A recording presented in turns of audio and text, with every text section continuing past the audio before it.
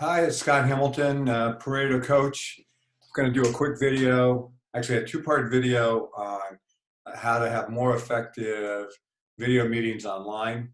We'll be in two parts. This one's going to be kind of some technical things about just getting set up, and then second part's going to be more about some ideas about having actual effective meetings.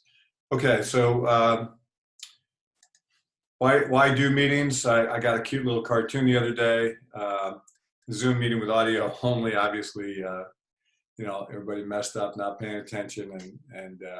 Anyways, what we're finding is more advisors need to do online video meetings. They're not able to see their clients face to face. And the phone is good. It's better than nothing. But being able to see your clients and, kind of get that nonverbal communication going that we do really well when we're in person. We've got to try and recreate that if we can at all. So I'm not really trying to talk you into doing videos, but I will tell you that people who are doing them are having really good luck, and I think they're having a better quality meeting. I know when I do video meetings with advisors instead of phone meetings, they're better meetings, and I've done both. Okay, so again, we're going to be mostly technical in this first session. Going to kind of go quick. Set up your account. I use Zoom. Others use these other things that are out there, WebEx. I mean, some of the firms that you might work for might require you to use a certain program. I have just found Zoom to be really easy, and I found that a lot of people are using Zoom now to have cocktail parties, to talk with their friends, dinner with their families, all the things that this crazy environment is having us do. So again, whichever one's easiest for you. I'll talk a little bit about Zoom, but I'm not going to focus on it. Next biggest thing, set up your office for video. So whether that's your bedroom, you have an office at home, you're down in the basement, whatever, these are just some things to think about as you do that. First of all, light. Light is important.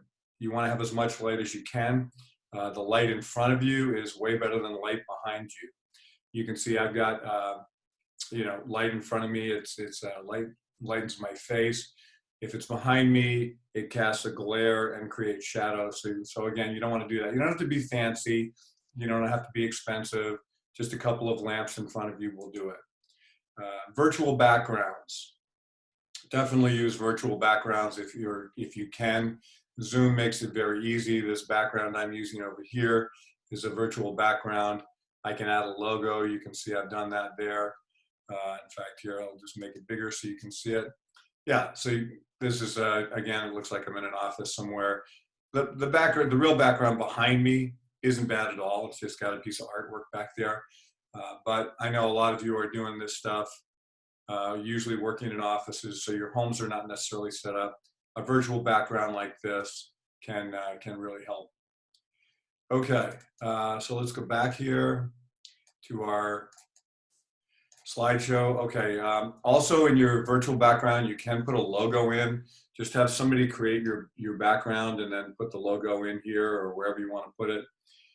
So, again, people can be reminded of your business. Next thing, hide messes, okay? Both real life messes and virtual messes. So if you're gonna, do this from your bedroom, make sure the bed's made or use a virtual background to kind of hide that. People have closets full of stuff behind them or whatever. You can fix all that with a virtual background. But even if you don't use that, just make sure it's neat. Also, real life messes, and computer messes. I think I messed those up, but you get the idea. Clean up your screen. If you're going to show your screen, share your screen. You want to keep it clean as possible. Okay, next thing, test your setup. Sign on to your meeting software. Then sign on again on your phone and take a look and see what is it that your clients are going to be seeing when they come in on their phone. Okay, so check it out. You can do that test yourself, and if you can't manage it yourself, just get one of your kids' phones or your wife's phone or your husband's phone or whatever the case might be, friend's phone, and sign in as them and check it out. Okay, make sure you have a good camera. If you don't have one built into your computer, then buy one. I'm told that webcams are on back order for like a week or two, so the sooner you order one, the better if you need one. keep it at a good angle. Okay, the top of your computer is usually the best place to put it so that it looks like you're looking into the screen. As I record this, I know I'm looking all over the screen and you'll see my eyes wander. But when you're doing a meeting, you want to be looking right into the camera so that you can be communicating, your eyes are communicating engagement and paying attention, etc. I know some advisors use multi-monitors, and whether you're doing this from your office or from your home, if you have multiple monitors, they're great. Just make sure that you have them set up so, again, you're looking into the camera, okay? If you have to gaze away to get some information, that's fine. But even better would be to just keep the information you need on the screen here so you can continue to look into the camera as you're using whatever presentation materials you need. Okay, mic and speakers. So just test this with a friend or, again, a family member. Try it out. Make sure that your computer has good audio. Make sure that you can hear well. You can always use a headset. That's going to give you your headset and mic will give you your best sound. It also takes most of the room echo out. I've got panels and so forth in my office, so I don't have much room echo.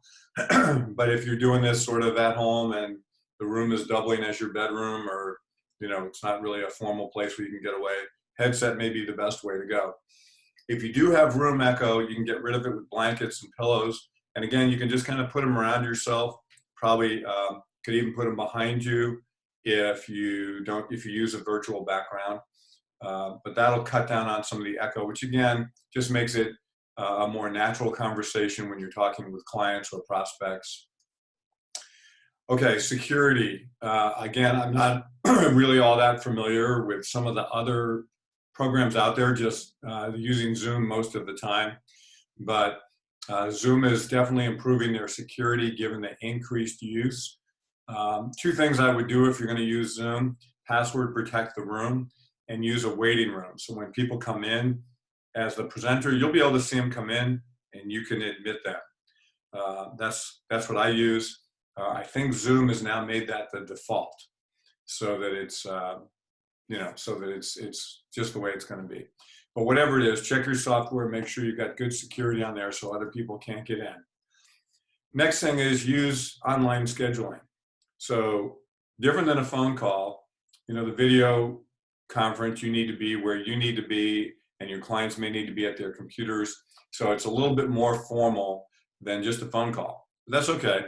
Use Calendly so your clients can schedule at their convenience to come into a meeting with you, or you can use Outlook connected. There's a plugin for Zoom that works with Outlook, or maybe it's the other way around. So you can send out invites with the Zoom information right in there. Very convenient. Okay, that's pretty much it for part one. Next part, I'm going to talk about actual things to do in the meeting with your clients to make it more effective.